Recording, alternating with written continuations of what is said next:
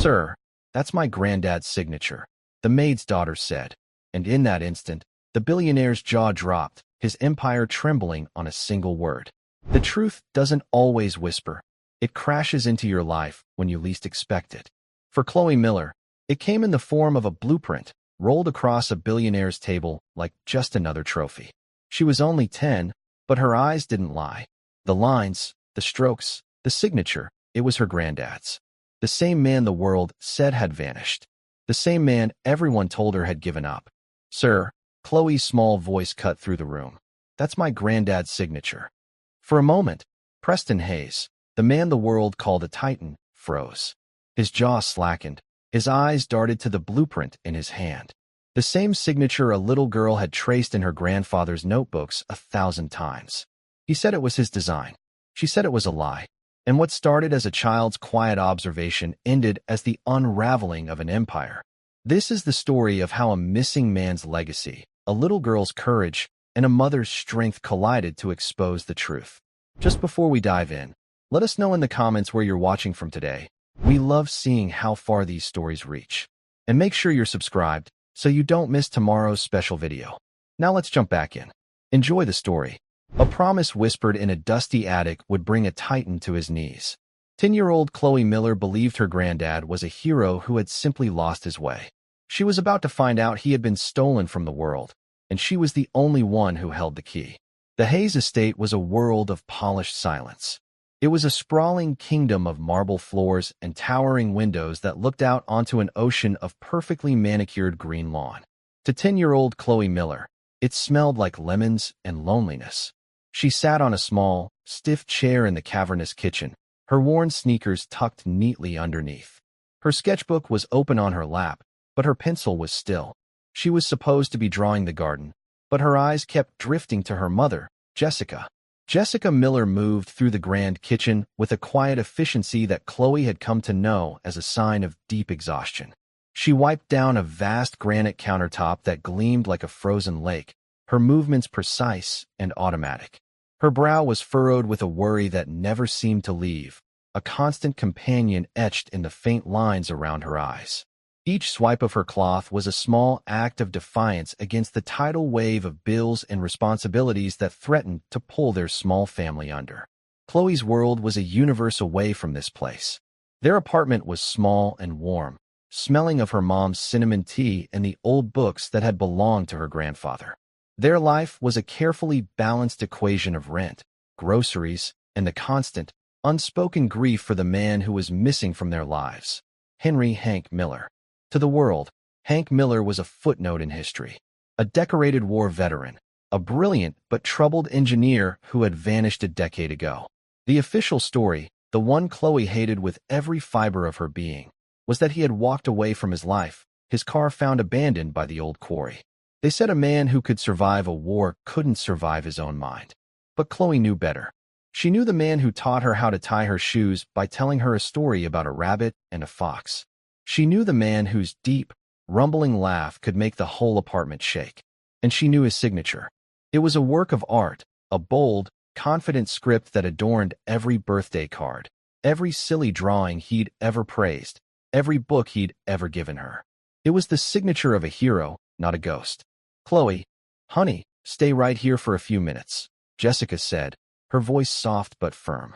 "Mr. Hayes is having a meeting in the study. I need to bring in the coffee service. Do not wander off, you hear me?" "Yes, Mom," Chloe whispered, finally putting her pencil to the paper. She sketched a bird on a branch, its wings spread as if about to take flight. A deep, commanding voice boomed from the hallway, growing closer. "The beauty of the Odyssey engine isn't its power, gentlemen. It's its efficiency. It will redefine global logistics. It will make us gods of commerce." The kitchen door swung open. In walked Preston Hayes, a man who looked like he had been carved from granite and dressed in a suit that cost more than their car.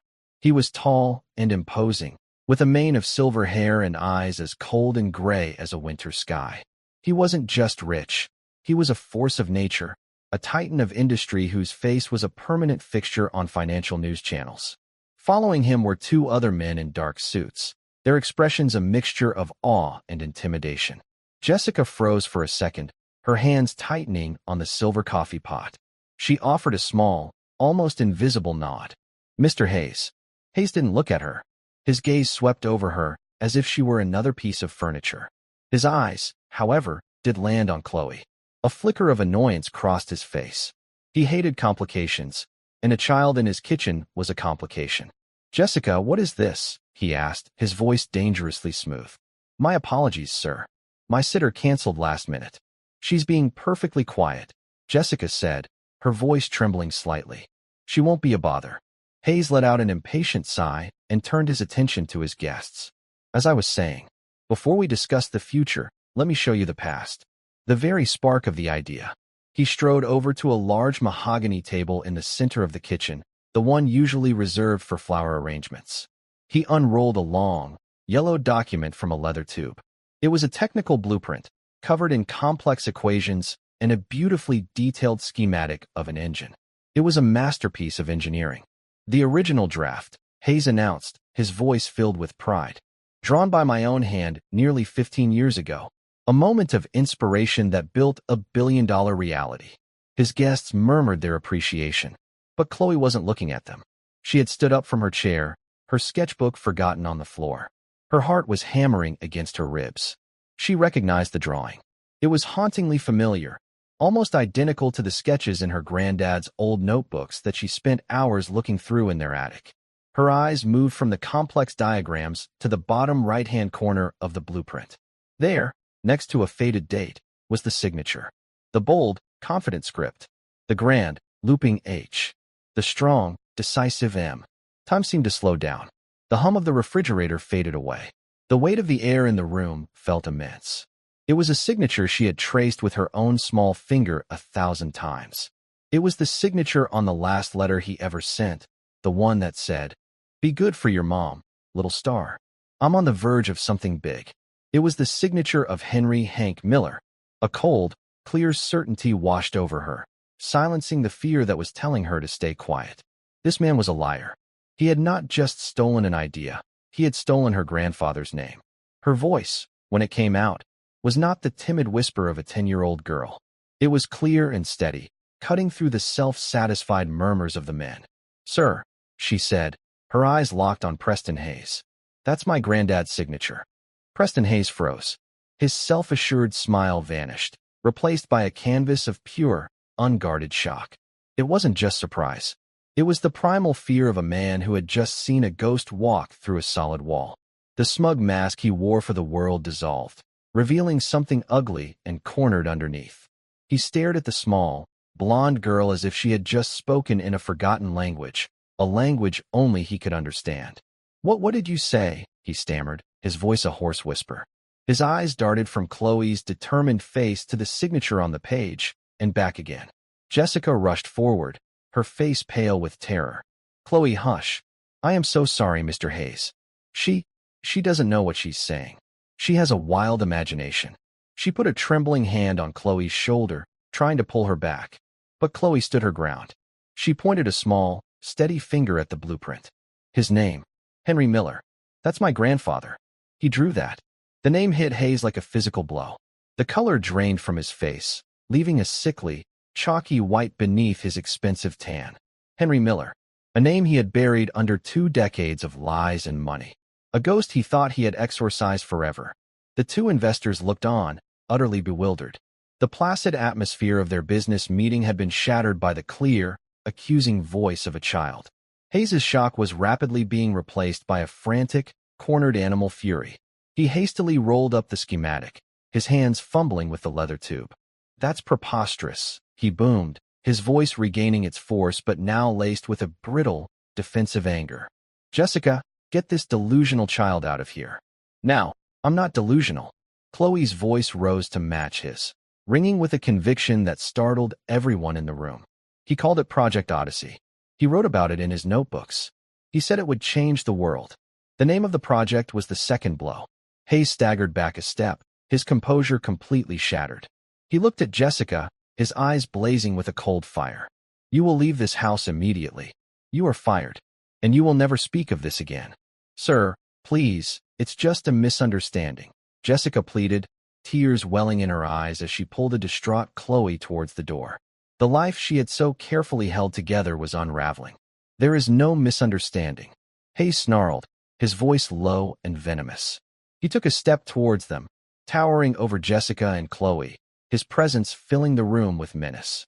"Security will see you out. If you ever set foot on this property again, I will have you arrested. If you breathe a word of this fantasy to anyone, I will personally see to it that you have nothing. Do you understand me?" The promise was not just a threat, it was a curse. It spoke of a power that could erase people, a power he had clearly used before. Jessica, her body shaking with fear and humiliation, simply nodded. She grabbed Chloe's hand and practically dragged her out of the kitchen, past two stern-faced security guards who had appeared as if from nowhere. Chloe looked back one last time. The fear on Preston Hayes' face was gone, replaced by a cold, reptilian mask of controlled fury.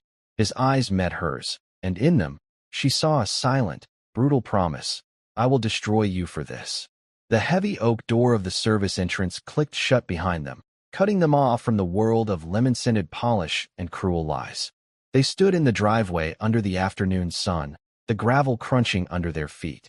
Jessica finally let the tears fall, deep, racking sobs of a mother who had just lost everything. Her job, their stability, their fragile peace, all gone. Chloe stood beside her, silent. The shame of seeing her mother cry was a heavy weight in her chest. But beneath the shame, a new feeling was taking root.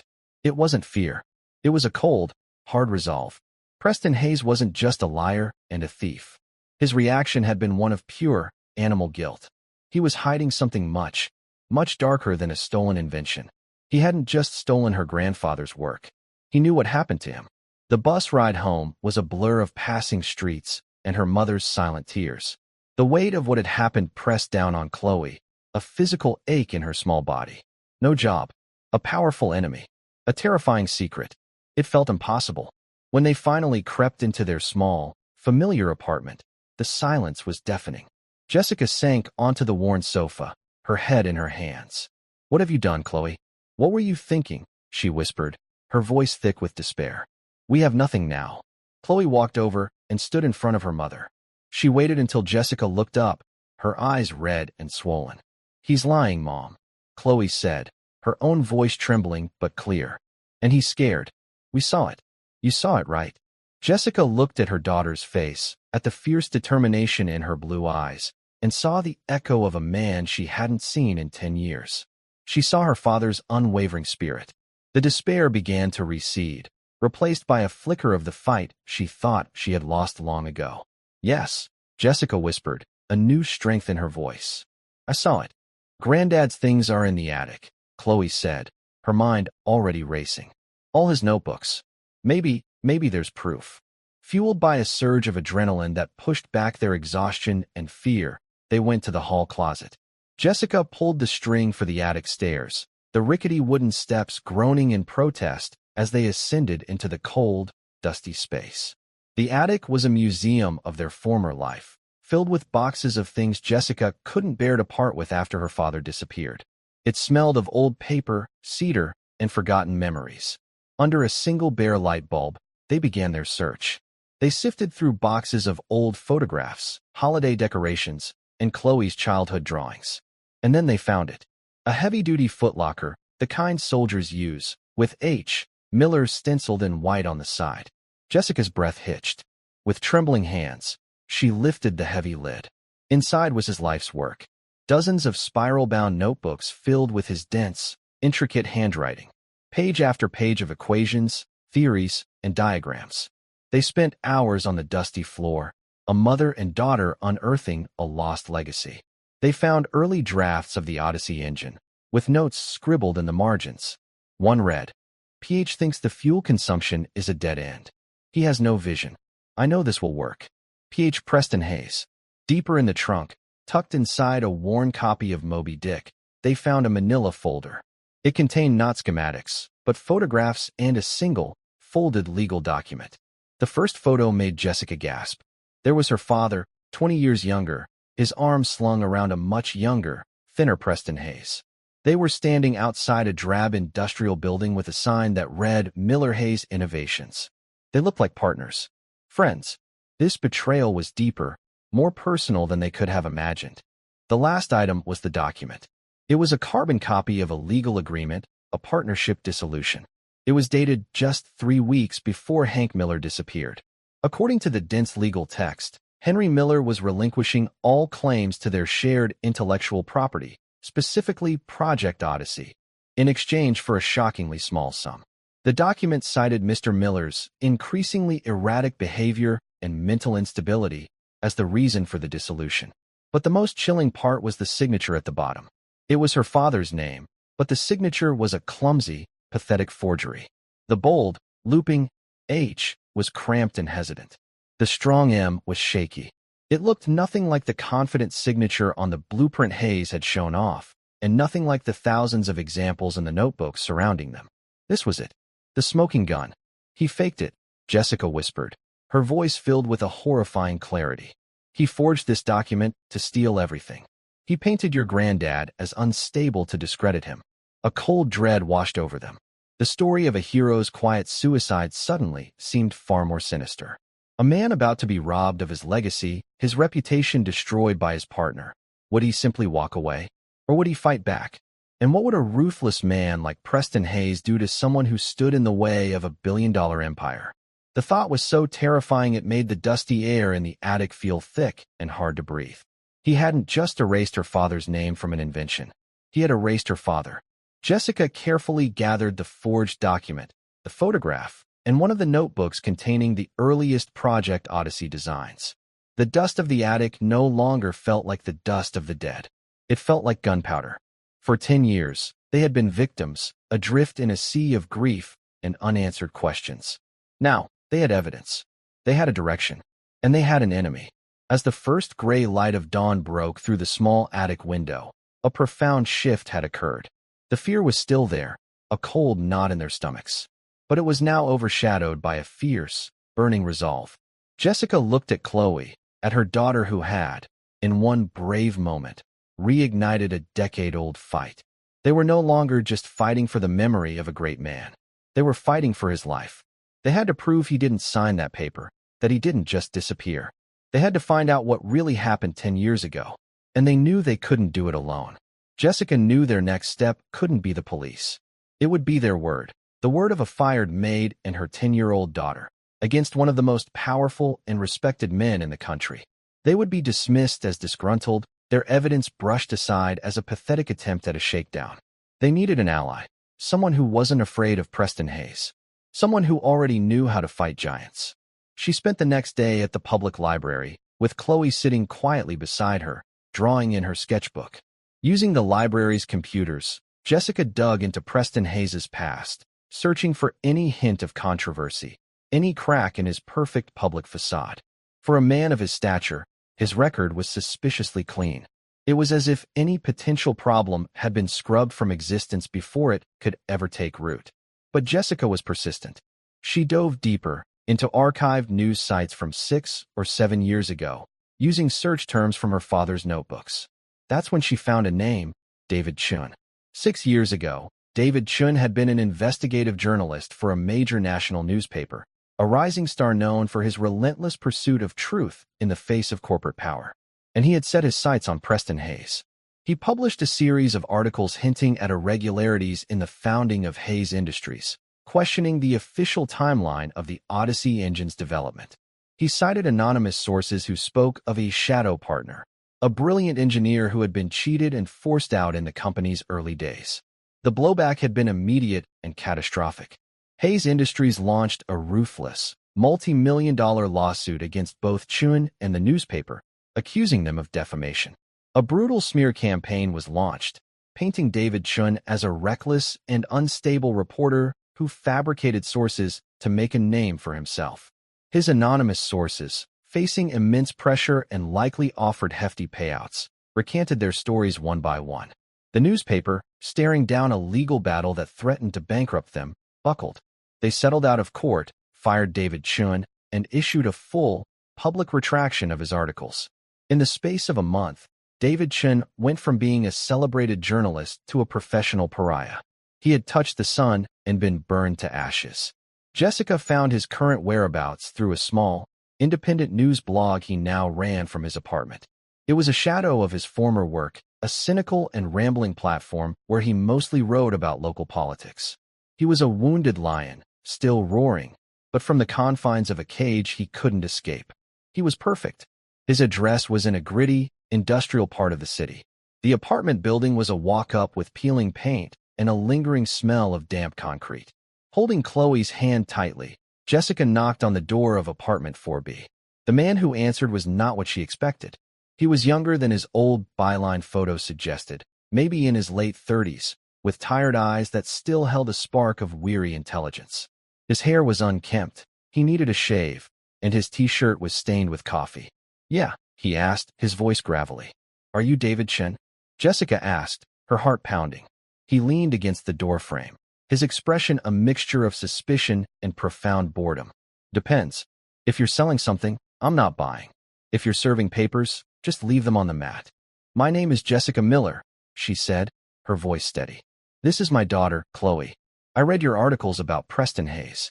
The ones from 6 years ago." His eyes narrowed. The boredom vanished, replaced by a flash of something sharp and painful, like a half-healed wound being poked. "Ancient history, lady. I was wrong. The paper said so. The whole world said so. Now, if you'll excuse me." He started to close the door. "Wait," Chloe's small voice piped up. She stepped forward from behind her mother. "You weren't wrong. You were right. You just didn't have the proof." David Chen paused, the door halfway closed. He looked down at the serious little girl, then back at her mother.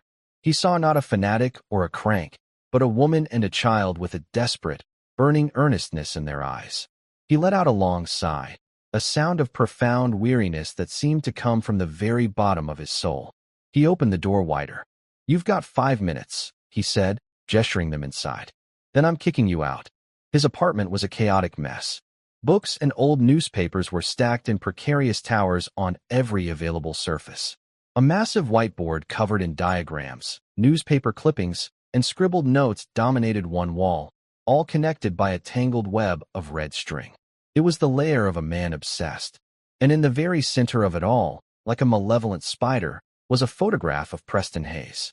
"You're still investigating him?" Jessica asked, a statement, not a question. "Let's call it a hobby," David muttered, clearing a pile of magazines off a rickety chair so Jessica could sit. "Like building ships in a bottle. Pointless, but it passes the time. So what's your story? Did Hayes's new factory pollute your drinking water? Did one of his automated trucks run over your cat?" Jessica ignored his cynicism. She walked straight to his Hayes-centric whiteboard. From her tote bag, she pulled out the items they had found in the attic. First, she pinned up the photograph of her young father standing beside a young Preston Hayes. David's eyes widened slightly. "Who's the other guy?" "My father," Jessica said. "Henry Miller." Next, she pinned the forged partnership dissolution agreement next to the photo. "And this is the document Hayes used to steal my father's life's work.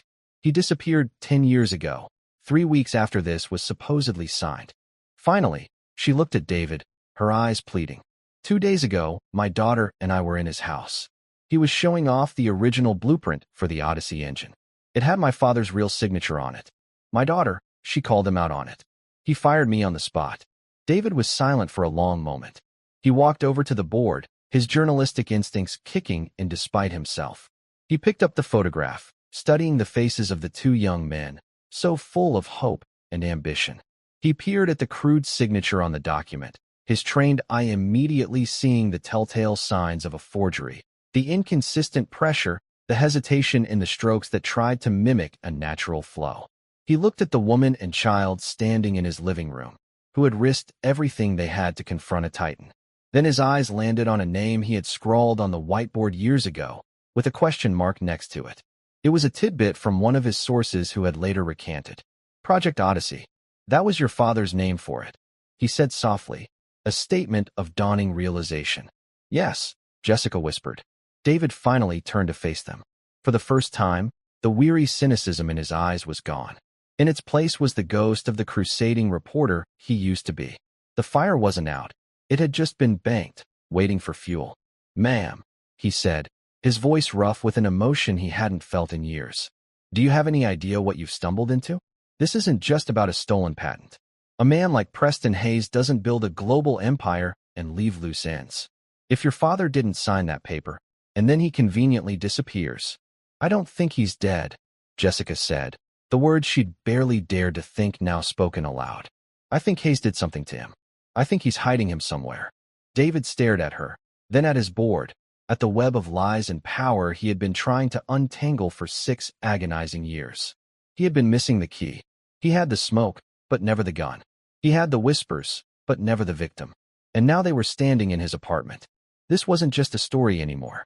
It was a chance at redemption. His own, and Henry Miller's. A slow, dangerous smile spread across his face. Okay, Jessica Miller, he said, then looked down at Chloe. Okay, Chloe Miller. You've got my attention.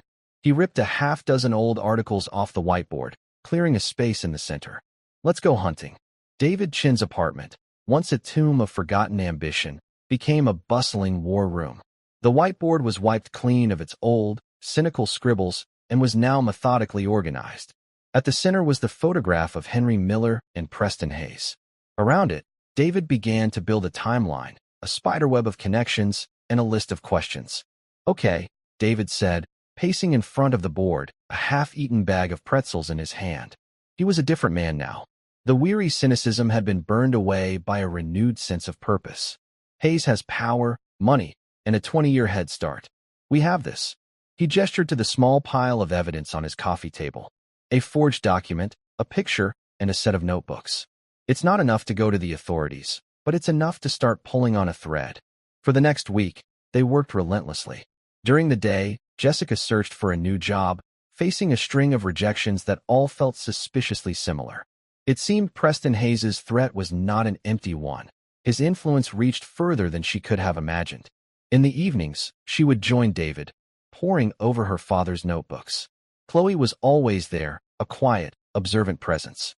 She would sit at the kitchen table, supposedly doing her homework, but her eyes were always on the whiteboard, her ears tuned to every word.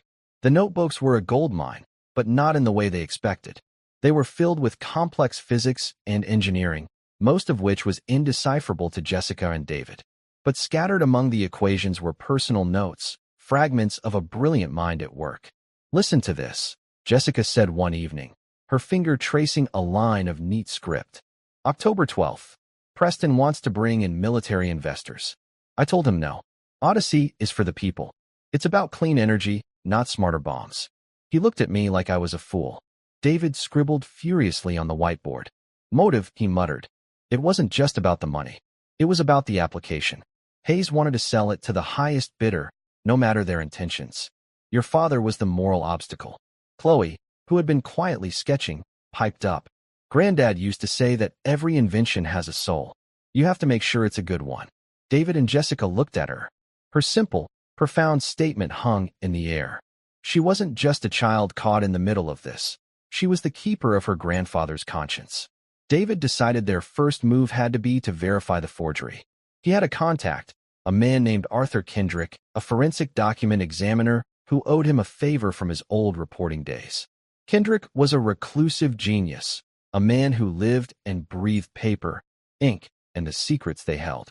The meeting was arranged in a dusty, dimly lit office above a used bookstore. The place smelled of aging paper and chemical solvents. Arthur Kendrick was a small, bird-like man with thick glasses that magnified his intense, curious eyes. He looked at the partnership dissolution document under a microscope, his silence stretching for an uncomfortably long time. This is a very good fake, he finally said, his voice a dry rustle. The forger knew your father's handwriting. They practiced. See here. He pointed to a spot on the paper with a pair of tweezers. The hesitation in the upstroke of the M. And the ink, it's been artificially aged. But the chemical signature is wrong for a document from this period. It's clever, but it's a lie. He then took out one of Hank's notebooks and compared the signatures. There's no question. The one on this legal form is a forgery. He handed them a signed, notarized affidavit of his findings. It was their first concrete piece of ammunition. Meanwhile, Preston Hayes was not idle. The confrontation in his kitchen had rattled him to his core. For 20 years, the ghost of Henry Miller had been silent. Now, it was speaking through the mouth of a 10-year-old girl. He had his head of security, a ruthless and discreet man named Gavin, run a thorough background check on Jessica Miller. Gavin's report landed on Hayes's desk 2 days later. It detailed Jessica's life, her financial struggles, and her father's disappearance. But the last page was the one that made Hayes's blood run cold. It was a grainy surveillance photo of Jessica and Chloe entering a rundown apartment building, the same building where David Chun lived. Chun, Hayes spat the name like a curse. The reporter he had crushed 6 years ago was back. This wasn't a coincidence. The maid's daughter hadn't just had a random memory. This was an attack. They were digging. Hayes's paranoia, the very trait that had helped him build his empire, kicked into high gear. He saw conspiracies in every shadow. He ordered Gavin to put a tail on Jessica and David. Every phone call was to be monitored, every meeting recorded. He needed to know what they knew and what they were planning. The pressure began to mount. One evening, as David was walking back to his apartment, a large, dark sedan swerved to the curb, and 2 imposing men in suits got out. They didn't threaten him physically. Their attack was more insidious. "Mr. Chun," the first man said, his voice a polite monotone. "Mr. Hayes is aware of your renewed interest in his business. He considers it a form of harassment. He also knows about your association with the Miller family. He wants to offer you a warning, as a courtesy." "I'm not interested in warnings," David said, his heart pounding but his voice steady. "You should be," the second man said. "A man in your position, a journalist with a history of discredited stories. It would be a shame if certain personal details about your past were to find their way into the public eye. The debts, the gambling problem you worked so hard to overcome. People might think you're a man who could be paid to create a story." They got back in their car and drove off, leaving David standing on the sidewalk, a cold sweat on his brow. The message was clear: we can destroy you again, and this time, it will be permanent. That night, for the first time, doubt crept into David's mind. He had been ruined once. Did he have the strength to go through it again? He looked at his whiteboard, at the hopeful face of Henry Miller in the photograph. He thought of Chloe's unwavering belief in her grandfather. He couldn't back down. This was bigger than his own reputation. The trio realized they needed to find people who had known both Hayes and Miller back when they were partners. Most of the early employees of Miller Hayes Innovations had signed ironclad non-disclosure agreements. Their silence bought and paid for long ago. But there had to be someone. Chloe, once again, provided the key. She was looking through a box of her grandfather's old things and found a small, worn address book. And it was a name, Eleanor Vance. Next to the name was a note. "Ellie, the best damn machinist in the state. And the only one who can stand Preston's coffee." A quick search revealed that an Eleanor Vance owned a small, high-end metal fabrication shop on the industrial outskirts of town. When they arrived, they found a woman in her late 60s, her gray hair tied back in a practical ponytail, her hands stained with grease. She was tough, sharp, and had an air of no-nonsense authority. When Jessica mentioned Henry Miller, Eleanor's guarded expression softened.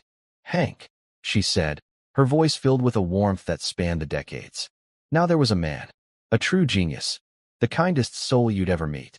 And that partner of his, Preston Hayes, a snake in a suit, if ever there was one.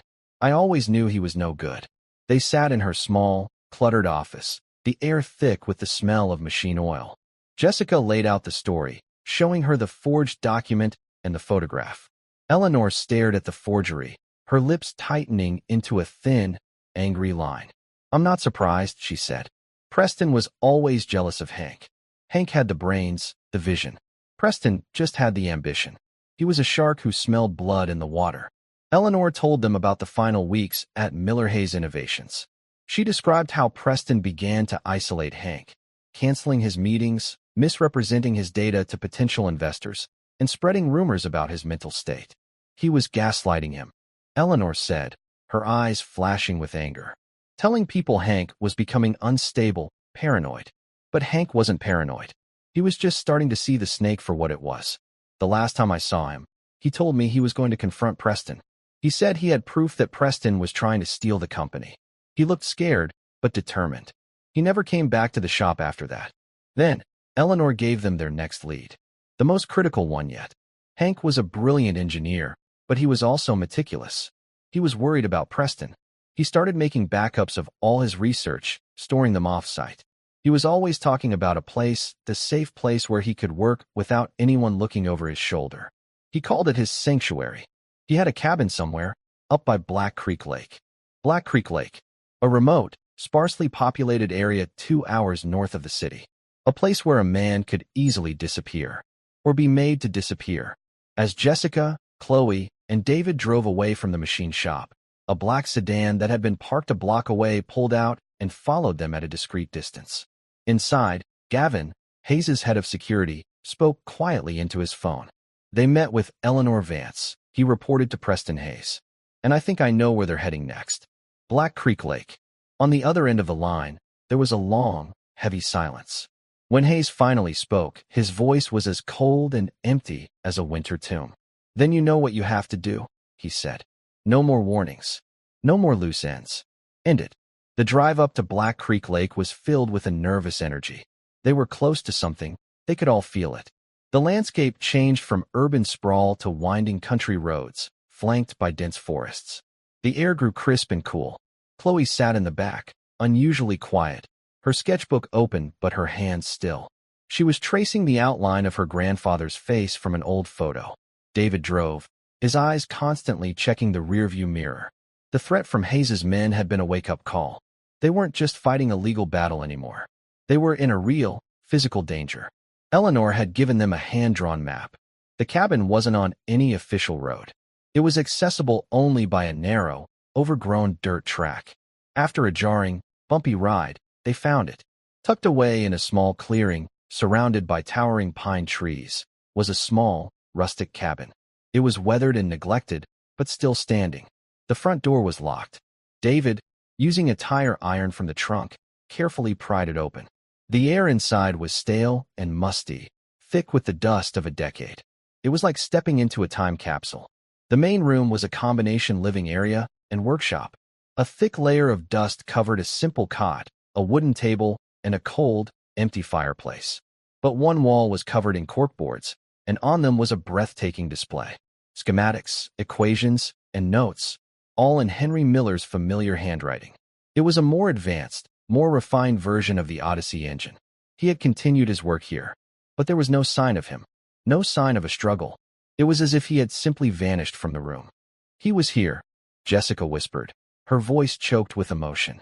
She ran a hand over a dusty table, leaving a clean streak. Look, Chloe said, her voice small. She was pointing to the floor. Near the fireplace, almost invisible under the layer of dust, were faint, dark stains on the wooden floorboards. Stains that looked disturbingly like old, dried blood. A cold dread washed over them. This sanctuary wasn't a place of peaceful work. It was a crime scene. As David knelt down to examine the stains more closely, a floorboard creaked behind them. They all spun around. Standing in the doorway, blocking their only exit, were the two men in suits from the dark sedan. This time, their expressions were not polite or menacing. They were cold and empty, and in their hands, they held guns, fitted with silencers. The lead man gave them a thin, chilling smile. Mr. Hayes sends his regards, he said. He's very sorry, but he can't allow you to leave this cabin. The silence in the cabin was absolute, broken only by the sound of their own ragged breathing. The two men stood like statues of doom. The black circles of the silencers pointed directly at them. There was no negotiation in their eyes, no hesitation. They were here to do a job, to erase a problem. Jessica instinctively pulled Chloe behind her, shielding her small body with her own. Her mind, which had been so sharp and focused for the past week, was now a vortex of pure, primal fear. This was it. This was how it ended. They had found the truth, and the truth was a loaded gun. David, however, forced his mind to work. His reporter's brain, trained to observe details under pressure, scanned the room, searching for an exit, a weapon, anything. The door was blocked. The windows were small and grimy. The only other object of note was the large, stone fireplace. It was cold, dark, and offered no escape. Please, Jessica's voice trembled. Don't do this. We won't say anything. We'll go away. I swear. The lead man chuckled, a dry, humorless sound. I believe you would, ma'am. But Mr. Hayes isn't a man who likes to take chances. He took a step forward. The second man moved to flank them, cutting off any potential move towards the back of the cabin. They were being herded like animals for the slaughter. It was then that Chloe, peeking out from behind her mother's legs, noticed something. Her eyes, not clouded by the same adult terror, were drawn to the fireplace. Her grandfather had loved puzzles and secret things. He had built her a puzzle box once with a hidden compartment for her favorite marble. He always said to look for the thing that doesn't fit. And on the stone hearth, one of the flat, gray stones was different.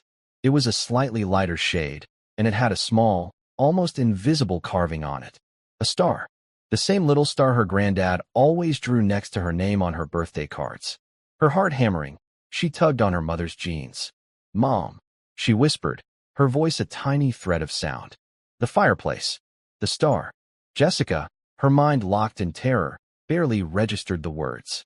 But David heard them. His eyes darted to the hearth. He saw the differently colored stone. It was a long shot, a desperate hope, but it was all they had. He had to create a diversion. "So this is it," David said, his voice surprisingly loud in the tense silence. He took a half step forward, drawing the men's attention to him. "Hayes is so scared of a ghost that he sends 2 thugs to murder a woman and a child? What happens when we don't come back? People know we came here.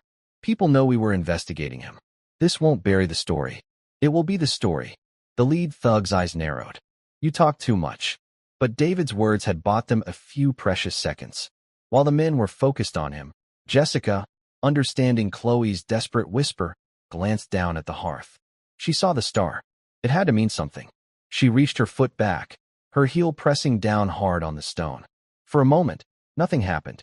Then, with a low grinding sound of stone on stone, a section of the fireplace's rear wall swung inward, revealing a dark, narrow opening. A hidden passage. The sound, though quiet, was enough. The 2 men spun around, their eyes widening in surprise as they saw the opening. The lead thug raised his gun, his brief hesitation gone, replaced by cold resolve. "No one's going anywhere," he shouted. But it was too late. David acted on pure instinct. He grabbed a heavy iron poker from the fireplace stand and hurled it at the man, a desperate, clumsy throw. It wasn't aimed to injure, but to distract. It clanged loudly against the stone wall, inches from the man's head. The thug flinched, a fatal, split-second reaction. "Go!" David screamed. He shoved Jessica and Chloe towards the opening. "Go now." Jessica didn't hesitate. She pushed Chloe into the darkness and scrambled in after her. The passage was tight and smelled of damp earth and cold stone. It was pitch black. David lunged for the opening, but one of the men was on him. A powerful arm wrapped around his neck, pulling him back. The other man raised his gun, the silencer aimed squarely at David's chest. From inside the passage, Jessica watched in horror. They couldn't just leave him. But going back was a death sentence. Suddenly, from deep within the darkness of the passage, a voice echoed, a voice they had not heard in 10 years. It was weak, raspy, and frail, but it was unmistakable. "Get down." The command was so unexpected, so impossible, that for a second, everyone froze. Then, a section of the floorboards in the cabin gave way. With a loud crack of splintering wood, a heavy log, rigged as a deadfall trap, swung down from the ceiling. It struck the man aiming his gun at David, sending him crashing to the floor, his weapon skittering away into a corner. The second man, the one holding David, stared in disbelief. That moment of shock was all David needed. He stomped down hard on the man's instep and drove his elbow back into his gut. The man grunted, his grip loosening just enough for David to break free. David didn't wait. He dove headfirst into the hidden passage, scrambling into the darkness. Behind him, he heard a string of curses and the sound of the remaining man helping his partner to his feet. "Don't let them get away," one of them yelled. Jessica grabbed David's arm, pulling him deeper into the tunnel. "This way," she urged, following the faint sound of movement ahead of them. Chloe was already several feet ahead, moving towards a tiny pinprick of light. They stumbled out of the tunnel into a small, hidden cellar. It was damp and cold, lit by a single, bare bulb hanging from a wire. In the center of the room was a small cot, a table littered with empty cans of food, and a stack of books. And sitting on the edge of the cot, looking at them with eyes that were a mixture of shock, confusion, and overwhelming relief, was Henry Hank Miller. He was a ghost of the man from the photographs. His hair was completely white, his beard long and unkempt. He was painfully thin, his skin pale from lack of sunlight. He wore ragged clothes, but his eyes, though haunted, were the same sharp, intelligent eyes that Jessica remembered from her childhood. "Dad," Jessica whispered, the word a fragile thing she was almost afraid to speak. Tears streamed down Hank's face. "Jessica," he rasped, his voice rough from disuse. He looked at the small girl standing beside her, her blonde hair catching the light of the single bulb. "Chloe, my little star." The reunion was a collision of a decade of pain and longing. Jessica rushed to her father, wrapping her arms around his frail frame, sobbing into his shoulder. Chloe stood back for a moment, her 10-year-old mind struggling to reconcile the vibrant hero from her memories with this thin, broken man.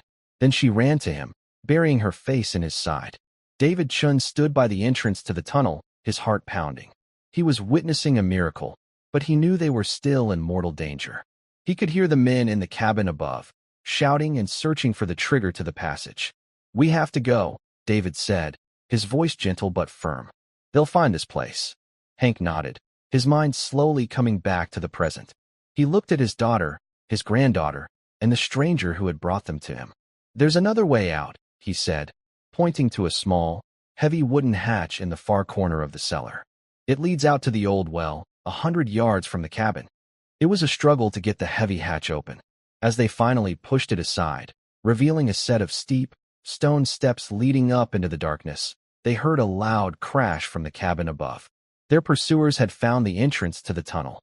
There was no time for explanations, no time for a decade of questions. They scrambled up the steps, emerging into the cool night air at the bottom of a dry, stone-lined well. An old, rusted ladder was bolted to the side. One by one, they climbed out, Hank moving slowly, his body weak from years of confinement. As they slipped into the dark cover of the forest, none of them looked back at the cabin. They were running not just from the men with guns, but from a tomb that had held their family captive for 10 long years. The drive back to the city was a strange mix of adrenaline, exhaustion, and quiet disbelief. Hank sat in the back, wrapped in a blanket, with Chloe nestled beside him, her hand never leaving his. He drank a bottle of water in slow, measured sips, as if his body had forgotten the simple act of hydration. He told them the story in short, fragmented pieces, his voice growing stronger as he spoke.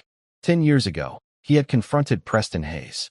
He had discovered that Hayes was secretly trying to sell the Odyssey engine designs to a foreign military contractor, a direct betrayal of everything Hank stood for. He told Hayes he was going to expose him. That night, Hayes's men came for him. They didn't kill him. Killing a man leaves a body, an investigation. Hayes had a crueler, more creative plan. He used the partnership dissolution document he had forced Hank to sign, under duress, with his family threatened, to legally erase him from the company. Then, he staged Hank's disappearance, making it look like a suicide. But he couldn't bring himself to kill his old partner. Instead, he imprisoned him.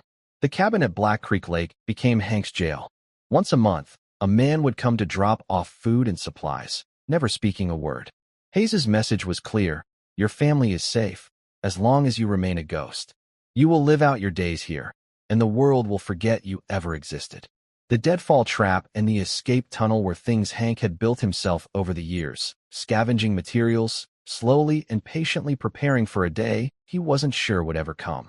He had heard the car arrive. He had heard their voices. When he heard Chloe speak his name, he thought he was losing his mind. Then he heard the thugs arrive, and he knew this was his only chance. "He kept me alive," Hank said, his voice filled with a cold, simmering rage. "Because he knew that if he killed me, and the truth ever came out, he'd be a murderer. This way he was just a man who had to commit his unstable partner. It was all a contingency, a sick, twisted insurance policy." Back at David's apartment, the atmosphere was electric. The whiteboard was no longer about a ghost. It was about a living, breathing victim. They had the ultimate proof, but they were also in more danger than ever. Hayes thought he was just cleaning up a loose end, a reporter and a fired maid. Now he would know that his entire world was about to come crashing down. He would stop at nothing to find them, to silence all of them for good. "We can't go to the police," David said, pacing his small apartment. "Not yet. Hayes owns half the city officials. He'll have the report buried. and we'll be labeled as fugitives or lunatics. We have one shot at this. We have to go public. But we need to do it in a way he can't control. Hank, looking stronger and more lucid after a hot meal, looked at the board. There's a vulnerability, he said, his engineer's mind clicking back into gear. Preston's greatest strength is also his greatest weakness. His ego. His public image. He pointed to a date on the calendar that David had circled. In 3 days, Hayes Industries was holding its annual gala, a massive media event where Preston Hayes would unveil the company's new 5-year plan. It would be broadcast live. Hundreds of journalists, investors, and politicians would be there. He loves the spotlight, Hank said, a grim smile on his face. Let's give him a show he'll never forget. The plan was audacious. It was dangerous. It was borderline insane. It was perfect. They would crash the gala. They would use David's press credentials to get him inside. Jessica and Chloe would come as his guests. Hank would have to stay hidden. He was their ace in the hole. The next 2 days were a frantic blur of preparation. David called in every favor he was owed, securing a camera from a sympathetic freelance journalist and an interview slot on a small, independent online news stream that would be covering the event.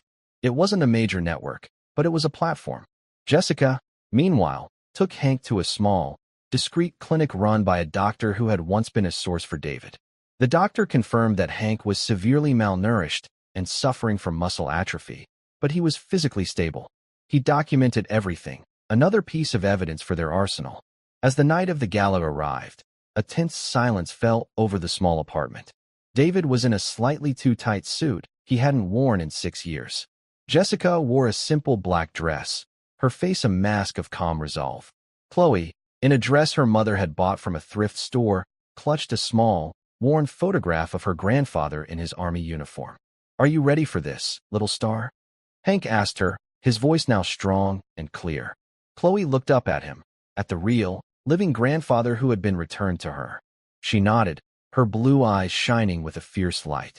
For you, Granddad, she said. Always. The ballroom of the Hayes Plaza Hotel was a universe of crystal and champagne. David, Jessica, and Chloe slipped in through a side entrance, their press passes a flimsy key to the kingdom. They found a spot near the back, partially obscured by a large marble pillar, with a clear view of the stage. The tension was a living thing, a knot tightening in Jessica's stomach. Remember the plan, David whispered. When he starts talking about this spark of inspiration, that's my cue. Finally, the moment arrived. The lights dimmed, and a spotlight hit the stage. Preston Hayes walked out to thunderous applause, the king in his castle, untouchable and supreme. He began his speech, weaving a grand narrative of his own genius. It all started, he said, his voice resonating with false humility, with a single drawing. A moment of inspiration, a dream that I sketched out on paper, a dream that would become the Odyssey engine and change the world. This was the signal. David pushed his way forward. Mr. Hayes, he called out. David Chun. A question about your original partner. A man you erased from your history. Henry Miller. A murmur went through the crowd. Hayes's eyes found David, and his smile became a tight, dangerous line. I'm not taking questions, Mr. Chun. But this question is about the dissolution agreement you forged. Jessica's voice, clear and strong, rang out from the back of the room. She stepped forward, holding the notarized affidavit. Is that why you had him declared dead after he disappeared? The room erupted in a chaotic buzz.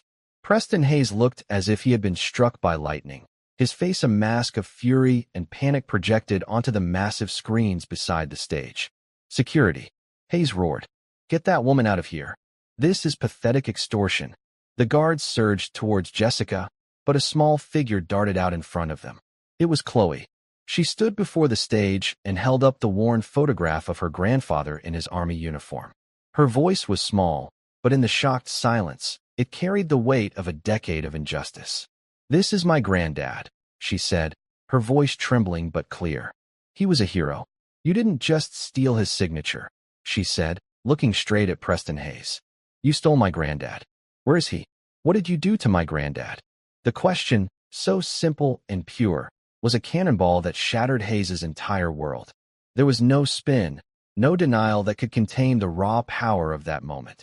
Hayes was trapped, speechless, a cornered animal exposed for the world to see. And then came the final, devastating blow. The large double doors at the back of the ballroom swung open. Framed in the doorway, supported by a cane but standing tall, was Henry Hank Miller. He was a ghost made flesh, a living testament to the monstrous lie.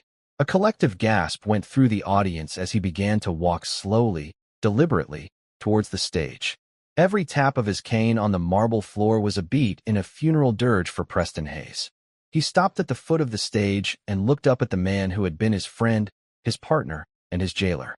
"It's over, Preston," Hank said, his voice raspy but imbued with an unbreakable authority. "The truth is out." Preston Hayes looked from Hank's face to Chloe's, to the sea of cameras broadcasting his ruin. The mask of the Titan finally crumbled, revealing the pathetic, terrified man underneath. He stumbled back from the podium, his empire of lies collapsing around him in a silent, deafening roar. Epilogue, 6 months later. The downfall of Preston Hayes was swift and absolute. Arrested that night, he was convicted of kidnapping, unlawful imprisonment, and corporate fraud. He would spend the rest of his life in prison. From the ashes of his empire, Miller Legacy Innovations was born. The patents for the Odyssey engine were rightfully returned to Hank Miller, who, with his health slowly improving, took his place as the head of research and development. He was finally free to guide his inventions toward the benevolent future he had always dreamed of. The new CEO was his daughter, Jessica. She had traded her maid's uniform for a business suit, leading the new company with a fierce determination and an unwavering moral compass. David Chin's career was resurrected. His exposé won him a Pulitzer Prize, transforming him from a disgraced reporter into a celebrated hero of investigative journalism. He launched a nonprofit foundation to fund the kind of fearless reporting that holds the powerful accountable. And Chloe, the little girl whose brave question had brought down a Titan, was finally just a girl again. She spent her weekends in the lab with her grandfather, her sketchbook now filled not just with birds, but with new ideas for inventions, her mind, like his, filled with dreams of a better world. One sunny afternoon, she stood with her mother and grandfather on the observation deck of the new Miller Legacy building, looking out over the city. The future, once a terrifying unknown, now stretched out before them, bright and full of promise. "You know, Granddad," Chloe said, slipping her hand into his. "Your signature is my favorite thing to draw." Hank smiled, a real, brilliant smile that reached his eyes, finally free of the shadows. "I know, little star," he said, squeezing her hand. "Let's go give them something new to write about." And that's where we'll end the story for now. Whenever I share one of these, I hope it gives you a chance to step out of the everyday and just drift for a bit. I'd love to know what you were doing while listening. Maybe relaxing after work, on a late-night drive, or just winding down. Drop a line in the comments. I really do read them all.